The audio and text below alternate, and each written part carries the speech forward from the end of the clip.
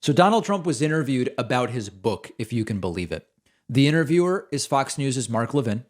The main question should be, sir, why is this a picture book? Most presidents write a real book. Why did you decide to do a picture book? Now, the reality is, if Trump wrote a book, it would be very obvious he didn't write it because Trump can't write in any way that would lead to a book. Trump's previous books were written by ghostwriters. Tony Schwartz was one of those ghostwriters. He's talked about how Trump doesn't read, Trump doesn't write. It's all a humiliating, pathetic thing. Okay, so Trump's interviewed about the book. The entire interview is a humiliating farce. This is an interview that even for Trump, is particularly riddled with lies. So Trump opens the interview with multiple lies about gas prices. Let's start there. Make it a game. See if you can count the number of lies. We weren't leaving $85 billion behind. We weren't leaving 10 cents behind. I said every bolt, every screw, every nail comes out. And all of these things, it was a beautiful period. I was under assault. Like no president has ever been. And sorry, this is not even actually the right clip. Let's start with the gas price clip. I apologize. Gasoline was $1.87. That was a year ago. And now it's, I guess, just hit $7.50 in California, the rest to follow. And I predicted this. Okay. So let go through that line by, let's look at everything Trump said. Trump says he predicted this. Listen, everyone predicted that when demand goes back up, as the pandemic eases, gas prices will go up. Everybody predicted it. That's not unique. Number two, Trump says a year ago gas was $1.87. That's a lie. A year ago, the national average for gasoline was $2.20. Now you could say, well, it was still lower than now. Yeah, but it wasn't $1.87. It was $2.20. And then Trump says gas is $7.50 in California. Now, is it possible that there's a gas station in California selling super premium for $7.50? It's possible. The gas price in California officially right now is $3.38. You don't compare $1.87 or actually $2.20 to what you can find for super premium at one gas station. We compare actual official numbers. California gas is $3.38. A year ago, it was $2.20 nationally. We have to compare to official numbers. I'm sorry, California is at $4.70. And that's the number that it's not $7.50, it's $4.70. The official price now nationally is $3.38. And this is called cherry picking of data. It's lies all the way down. He's lying about everything. Okay. Then Trump talking about how great a period it was when he was president. Just everybody was happy. Russia was happy. Everybody was happy. I don't think any president has ever been under assault like this. And one thing after another, phony impeachments. I call it the impeachment hoax number one, the impeachment hoax number two, the Mueller thing, although it worked out good, but it took 2.5 years and it made it very difficult to deal with. Remember, Trump still falsely claims that the Mueller report exonerated him on obstruction of justice, which it didn't do. It's like ancient history at this point, but just he's still lying about it. In countries, in particular Russia, we could have done some great things with Russia. Very good for our country, also good for Russia. Right. But you couldn't do that because they would have said, oh, he loves Russia. These people are sick. So Trump continuing to kind of rewrite history sort of in the same way. He also, and this is one of my favorite things, Trump talks about how much he and North Korean dictator Kim Jong-un liked each other. Remember this infamous rally speech where Trump said, he wrote me beautiful letters and then we fell in love. Trump going back and telling his stories about Kim Jong-un during this very strange interview. Up in a war. That's the biggest problem we had. So I became, we did very well with Kim Jong-un and we liked each other. Now, remember, we liked each other. Okay. I mean, we know Trump is sort of smitten by dictators. We didn't really do well with Kim Jong-un in the sense that Kim Jong-un made the same vague promises to Trump that North Korean dictators have been making to global leaders for a very long time. They didn't do any of the stuff. And in fact, remember that Trump just walked away from the second meeting because it was going nowhere, predictably.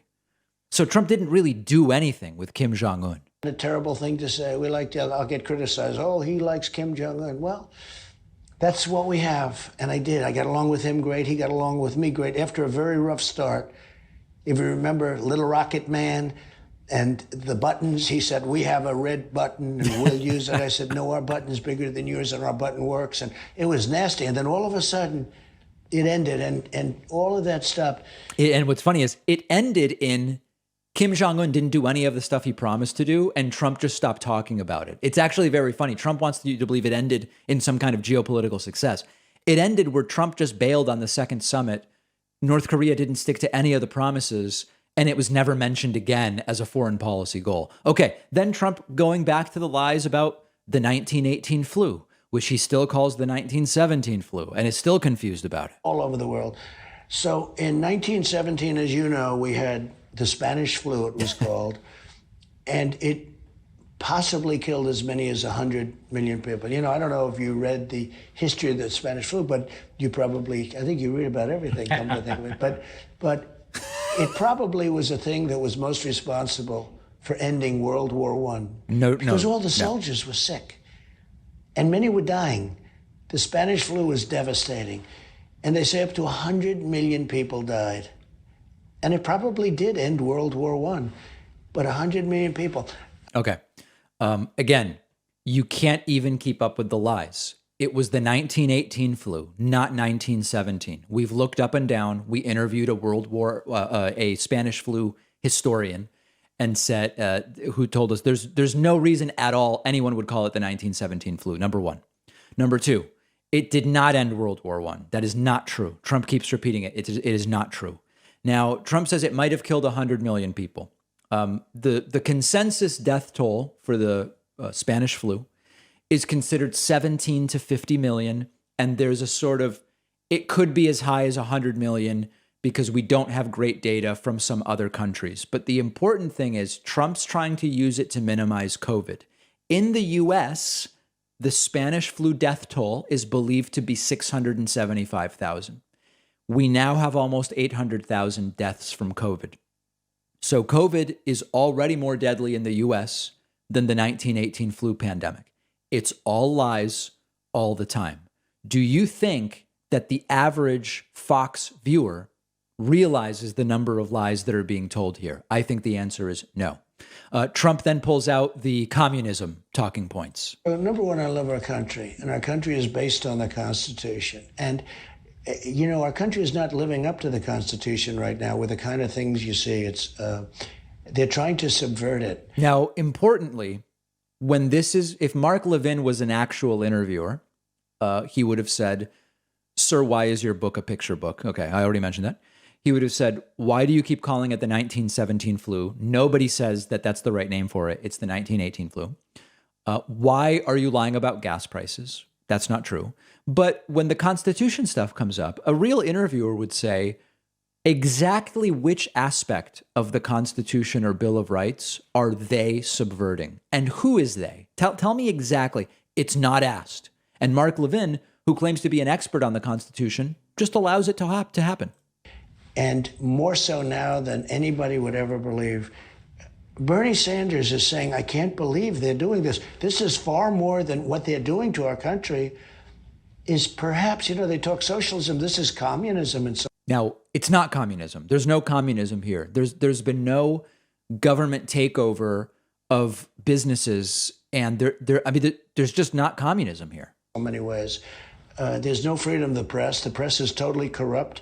The press and them are the same. There's no freedom of the press. That's how communism starts. Now, those are literally all lies, and Mark Levin does nothing to push back against it.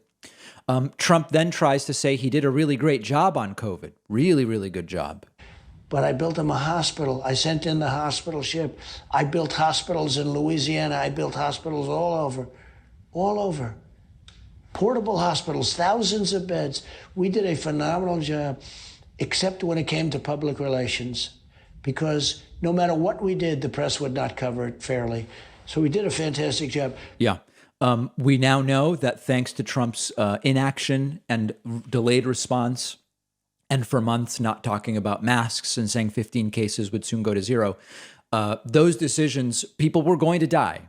People were going to die. There's no doubt about it. But tens of thousands of needless deaths simply from Trump's slow action. Okay, wrapping this up, Trump actually talking about the book, and he talks about, his picture book. It's just humiliating. Yeah. At a meeting filled with individuals. What was that all about? Well, I have a number of pictures, and I have a picture of Nancy Pelosi. I have a picture of Merkel of Germany. I mean, guys, this is the most childish thing. Most presidents write a book. Trump is talking about the pictures that he put in the book. I got along with very well. That was a pointer also. We have a lot of pointers. There are a lot of people pointing. But with Pelosi...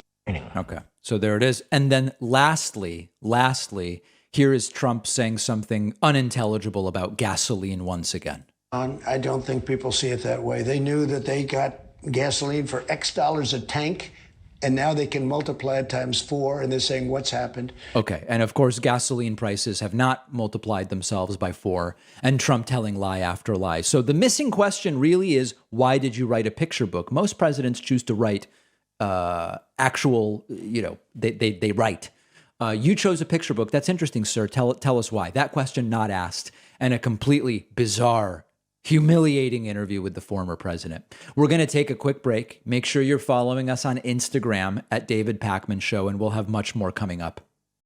One of our sponsors is Splendid Spoon. Now, if you're like me, I love planning my meals out for the week, but sometimes I just run out of time to plan them for every single day. And Splendid Spoon makes that whole process a lot easier. They deliver fresh, delicious, plant-based meals right to your door, ready to eat. No cooking, no cleaning dishes, saves you a lot of time. You can choose from over 50 hot and cold meal options. There's smoothies, grain and noodle bowls, soups. I'm a big soup guy. Many of you know that. I also really liked the vegan meatballs with marinara noodles. Delicious. Both I and Splendid Spoon believe eating more plant-based is a great tool for feeling good, for helping the environment. The list goes on. I'm not vegan. You all know that, I think. But Splendid Spoon is really great to just help me maximize the proportion of plants in my diet. Splendid Spoon takes all of the work out of tasty, healthy, plant-based meals. And you'll save $35 when you go to splendidspoon.com/Pakman. The link is down below.